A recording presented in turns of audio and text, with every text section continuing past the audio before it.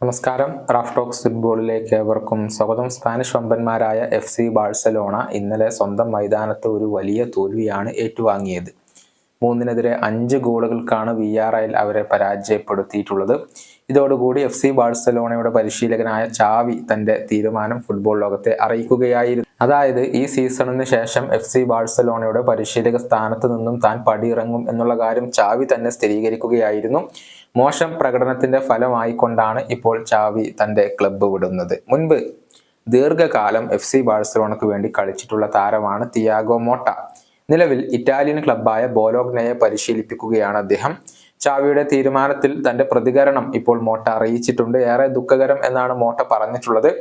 FC ബാഴ്സലോണയുടെ പരിശീലകനാകുമോ എന്ന ചോദ്യത്തിന് തന്റെ ഭാവിയെക്കുറിച്ച് താൻ ഒന്നും തീരുമാനിച്ചിട്ടില്ലെന്നും നിലവിൽ ബോലോഗ്നയിൽ താൻ ഹാപ്പിയാണ് എന്നുമുള്ള ഒരു മറുപടിയും മോട്ട നൽകിയിട്ടുണ്ട്. അദ്ദേഹത്തിന്റെ വാക്കുകൾ ഇങ്ങനെയാണ്: വളരെ മികച്ച രൂപത്തിൽ ചാവി കാര്യങ്ങളെ കൈകാര്യം ചെയ്തിരുന്നു. കഴിഞ്ഞ സീസണിൽ കിരീടം നേടുകയും ചെയ്തിട്ടുണ്ട്. ഇത് വളരെ ദുഃഖകരമായ ഒരു കാര്യമാണ്. ക്ലോപ്പ് ലിവർപൂൾ വിടുന്നു എന്ന പ്രഖ്യാപനവും ഞാൻ കണ്ടു. കോച്ചിങ് എന്നുള്ളത് വളരെ ബുദ്ധിമുട്ടേറിയ ഒരു ജോലിയാണ്. പക്ഷെ ആ ജോലിയാണ് ഞങ്ങൾ തിരഞ്ഞെടുത്തിരിക്കുന്നത്. എൻ്റെ ഭാവിയെക്കുറിച്ച് എന്തെങ്കിലും ന്യൂസ് ഉണ്ടെങ്കിൽ ഞാൻ അത് നിങ്ങളോട് അറിയിക്കാം. നിലവിൽ ഒന്നുമില്ല. ഞാൻ ബോലോഗ്നയിൽ ഹാപ്പിയാണ്. ഇതാണ് മോട്ട ഇപ്പോൾ പറഞ്ഞിട്ടുള്ളത്.